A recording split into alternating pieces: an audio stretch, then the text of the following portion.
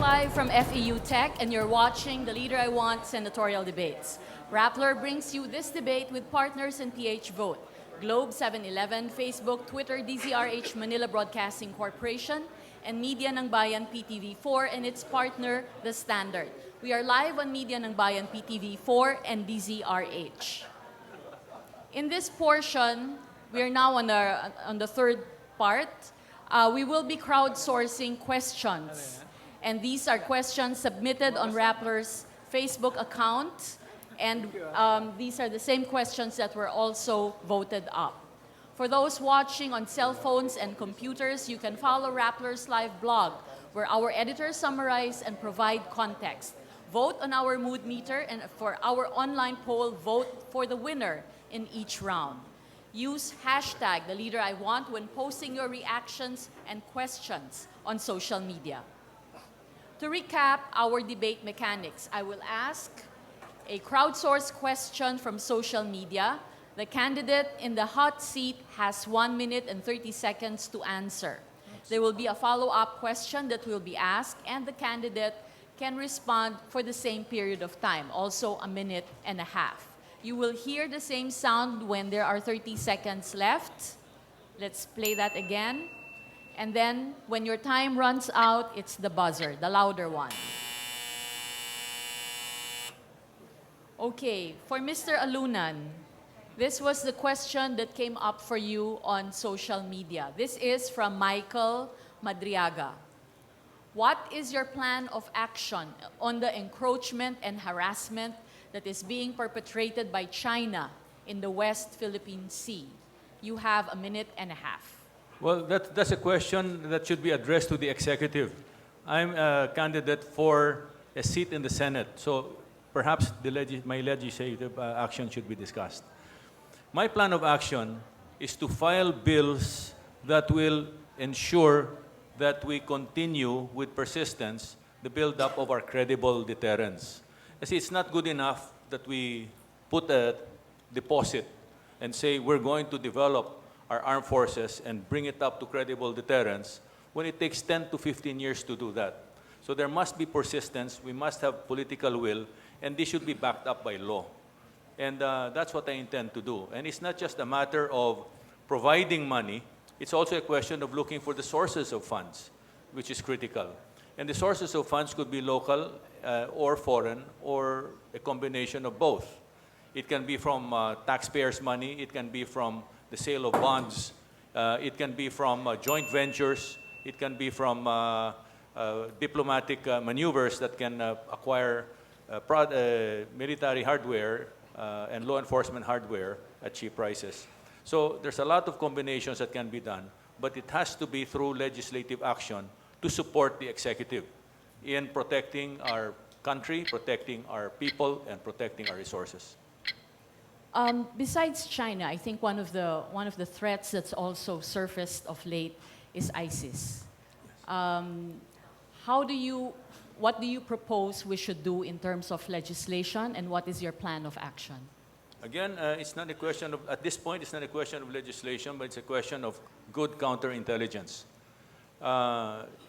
Ferreting out terrorists is an intelligence man's game. It's a question of detecting, deterring, and defeating the threat. During my time, we spent a lot, General Pagdialao and General Valeroso know that. We spent our time looking for these guys, and we devoted a lot of our resources to our intelligence community. Only when we detect them can we deter them. And in deterring them, we hope to defeat them in the process. ISIS is a global problem. Because what they're after is a global caliphate. And so they're trying to consolidate the Muslim Ummah worldwide. Unfortunately, they're not going to win because the Muslim Ummah in general is one that is peaceful. They shun, to them, war and terrorist acts are un-Islamic. So they're not going to win that way. So what they're trying to do is they're trying to subjugate nations and societies through fear. And that's why they're committing crimes against humanity. So intelligence is very, very important. Counterintelligence to find out who within the government is in cahoots with them, especially at the local level. We have to take them offline to protect society. Okay. Thank you very much, Rafi Alunan. Here's now a crowdsourced question for Congressman Dante Liban from Alex Puncher.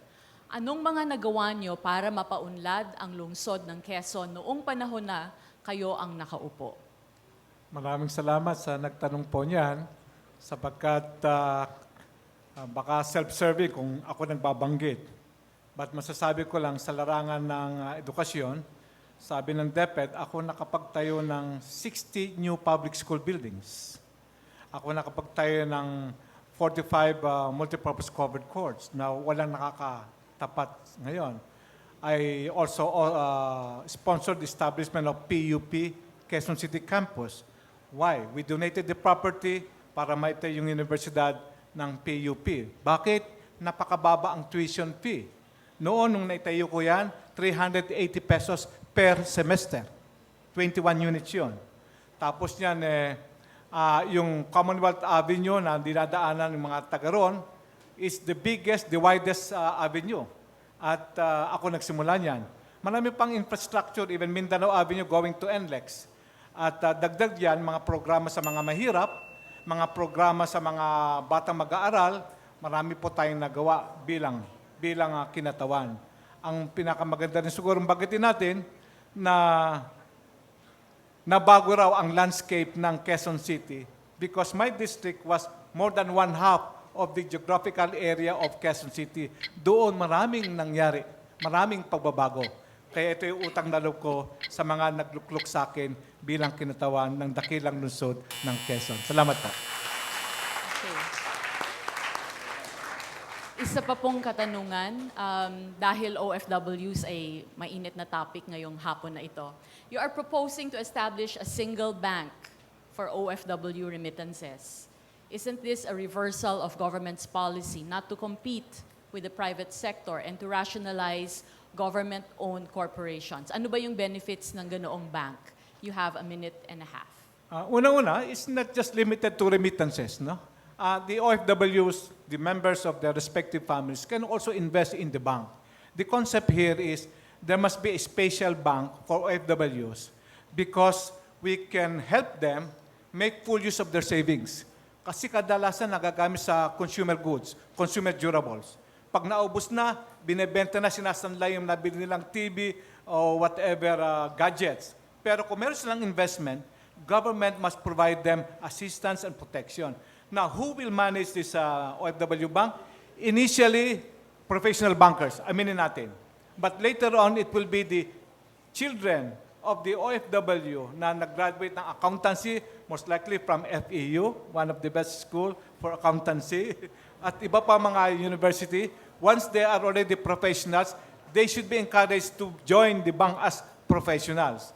At with the money in the bank, you give the resources for them to put up a OFW university, a OFW medical center, OFW manufacturing plant, depende sa kanilang collective decision. But what is very clear here, wag nang lip service tulong sa OFW. I beg to disagree with my colleague na sabi niya, sa akin, very crucial sa akin yan. If we really mean helping them, give them economic clout, and with economic clout, they have political clout. Salamat po. Thank you very much. That was former Representative Dante Liban. Ito naman po ang crowdsourced question for Attorney Alan Montaño from Might Be Albert. Ang tanong niya, what would you do about RTC personnel or judges taking bribes from companies to dismiss cases against their employees? You have a minute and a half. Alam mo, sufficiente ng batas natin when it comes to criminal liabilities. We have special law on Anti-Graft and Corrupt Practices Act. We have provision of the revised penal code on direct and indirect briberies. Right? So, tingin ko yung question is more on the administrative aspect of implementing existing laws. But that question really highlights the realities as of this point in time. Talagang matindi ang bribery. Kaya ako mismo, personally, nawalan ako ng ganang mag-practice. Since 2009, I no longer handle, yun ang kawawa, maraming naapektuhan sa ating mga maliliit na mga manggagawa. Kasi, hindi really, I have to admit that. Since 2009, nag-slow down ako sa handling ng cases and focus on voluntary arbitration as voluntary arbitrator myself. Dahil as voluntary arbitrator, I am the one dispensing justice. So, unlike pa ikaw ay practitioner, at kung biktima ka ng bribery, kawawa ang kliyente mo, kawawa ka rin. So, again, unfortunately, that question simply calls for an administrative ability on the part of those who are implementing our laws. How about your views on, ito naman, going back to your other field of expertise, which is labor. So there is now a petition in the Supreme Court to abolish regional wage boards. The regional wage boards set different minimum wage rates across different regions. Where do you stand here? Are you in favor of this? Are you opposed to it? This is a very good question. I had been in the labor movement in the last 22 years. I had served as president of one of the oldest existing labor federation in this country, the Federation of Free Workers. And when I was the president of FW, for sure, nobody has ever noticed or observed me to have filed a petition for the increase of minimum wages in this country through the regional wage board. You know, that question is very timely. In fact, I'm proposing, as of this point in time, the rationale behind the fixing of minimum wage by regions no longer exists. And in fact, I'm proposing that there should only be one national minimum wage. So you see, as of now, while in Metro Manila, we have 481 as minimum wage. In Region 10, they have 280 pesos. But you see, the price of rice in Region 10 is higher than in Metro Manila. So the rationale behind the difference, the big difference on minimum wage no longer exists. And in fact, I had long been advocating for the abolition of the regional wage boards. Now, in short, their existence is no longer relevant. And in fact, rather than proposing adjustment so frequent on our minimum wages, I'm proposing for a single minimum wage that will only be renewable every 5 years. That would somehow stabilize the cost of doing business in this country. That's one of those that discourages investment in this country as well. Thank you very much, Attorney Alan Montaño. This is now our crowdsourced question for labor advocate Susan Ople. This is from Aaron Mark Misa Di Maano. Whether the government admits it or not, we are pursuing a labor export policy. Do you believe in reversing this, or should the response be to support it instead with stronger safeguards for OFW welfare? Ms. Ople, you have a minute and a half. Yes. The decision to leave the country to work abroad lies with the person. Unfortunately, that decision has become much easier to make because of the conditions that we have in our current society. What are these conditions? The difficulty of looking for a job that matches your qualifications. And when you do find a job, your salary is really barely enough para sa mga needs ng mga, lalo na kung may pamilya kang tao. And then, yung job security is not even assured. So, these are the reasons why labor migration, appears to be here to stay. And nakakalungkot din lang kasi every election time, we keep hearing every candidate espousing the need to create more jobs. But the jobs, people go where the jobs are, and the jobs are often overseas. So, export policy ba ito ng gobyerno? Hindi siya declared. Pero hanggat di natin inaayos yung mga maliliit na problema, mula sa pagtatanim na bala sa airport, hanggang sa data leak na halos lahat tayo ay parang lumpiang hubad, na yung ating sariling mga passport details nandoon at accessible sa lahat ng sindikato. These are problems that keep our citizens on the edge and thinking always of voting with their feet. Thank you. This is another question from social media, this time from Easy Leia Nanyos. Ang tanong niya, in other countries, contractualization is okay. You can make a decent living and raise a family with it. But what makes contractualization in the Philippines fail? Can you make it better, and how? Kasi sa ibang mga bansa, especially the more progressive countries, the salaries are sufficient. And even if you have contracts, you can plan ahead because you can set aside money to tie you over until you get a new contract. And it's skill-based. Yung mga contractual sa kanila, skills-based. Dito yung karamihan ng trabaho, this is what to my mind I would describe as disposable jobs. Kahit sino ilagay mo dyan, wala nang pakialam, wala nang puso. Kasi disposable, hindi siya masyadong na requirement ang academic and skills proficiency.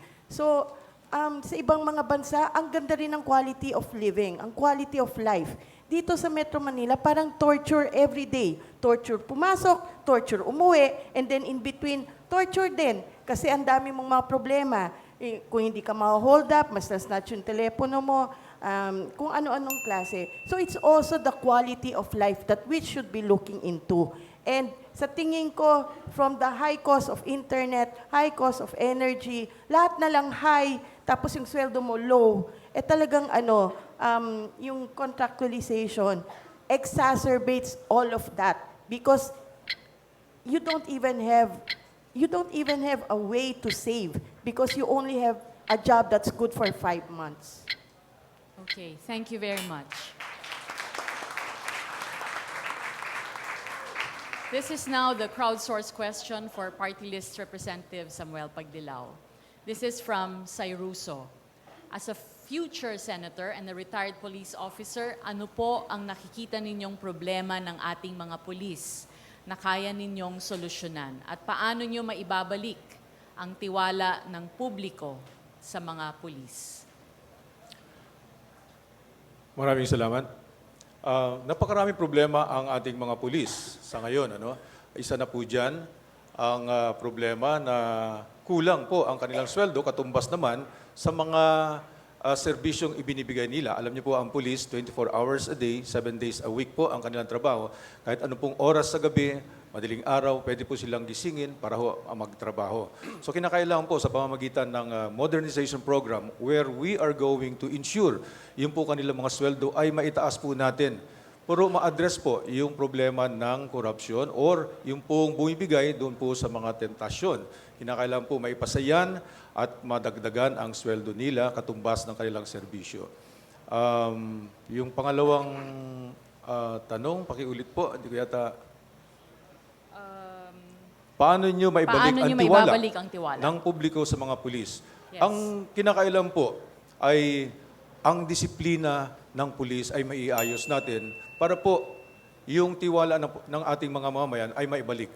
Noong ako po yung nasa serbisyo, yung pong disiplina isa ko pong inayos at wala pong pabor-pabor. Kinakailangan po makita mismo ng ating pong mamamayan na bilang commander ng pulis, wala ka pong sinasanto. Yun po ang nakikita nila. And then, I organized the community investigative support. Ito po yung mga community volunteers. I reached out to them because ang paniwala ko po talaga, kinakailangan natin ang tulong ng mamamayan para po ma-resolve ang problema ng peace and order. Just a quick follow-up po. You said kailangan taasan ng sweldo ng pulis. Can you be a little more specific? Magkano po ba ang kinikita ng pulis ngayon? And then, ano yung nakikita niyong dapat na maging sweldo nila para mabawasan ang pangungutong? At palagay niyo po ba, pag tinaas ang sweldo, titigil ang pangungutong? Una po, yung pong pagtaas ng sweldo ay dapat sumunod alinsunod po doon sa pangangailangan, yung quality of life or standard of living. Sa paningin ko, sa palagay ko, sa panahon ito, kinakailan po at least, meron po silang basic pay na 40,000 pesos para po maitawid ang pangangailangan nila sa pang-araw-araw na pangangailangan. Kung ito po ba ay makakatulong para mababa o mawala ang korupsyon, hindi po. Kinakailangan rin po mapagtibay ang kanilang moral foundation. That's why we need for our police officers and personnel to be trained properly para po yung kanilang moral outlook ay ma-strengthen sa pamagitan po ng mga training, transformation programs, value formation programs po para sa ating mga kapulisan. Okay, thank you very much, Samuel Pagdilaw. Ito naman po ang crowdsourced question for former YOU founder Dado Valeroso. This is from Cyrus Kiatong.